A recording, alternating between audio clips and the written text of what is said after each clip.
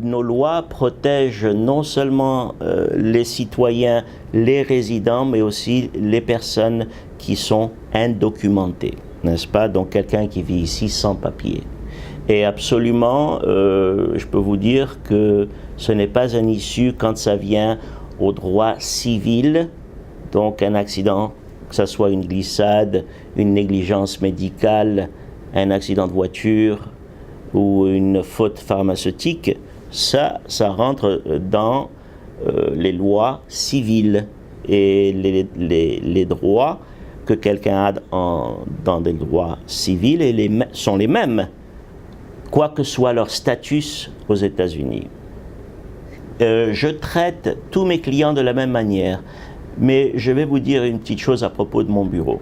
Nous sommes tous polyglottes, nous parlons le russe, le français, l'espagnol et l'anglais, et je peux dire avec beaucoup de fierté que après 30 ans ayant représenté des personnes plus ou moins de tous les continents à part l'Antarctique, je crois qu'il y a beaucoup de petites choses qui doivent être prises en considération, comme par exemple si quelqu'un est canadien, de quelle province ils viennent, parce que chaque province au Canada est différente. Si la personne est française, il faut travailler avec la compagnie d'assurance de voyage que beaucoup de gens ont, par exemple, quand ils viennent ici en vacances. Alors, j'ai l'avantage d'avoir travaillé avec des milliers de clients qui sont venus de nombreux pays, que ce soit francophone ou espagnol ou n'importe où.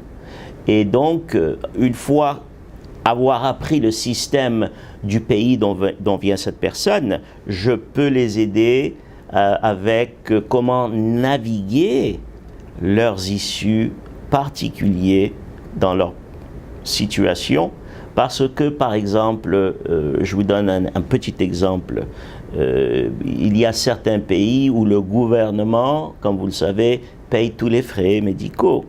Et à ce moment-là, il y a aussi des assurances privées de voyage que les gens prennent pour venir aux États-Unis.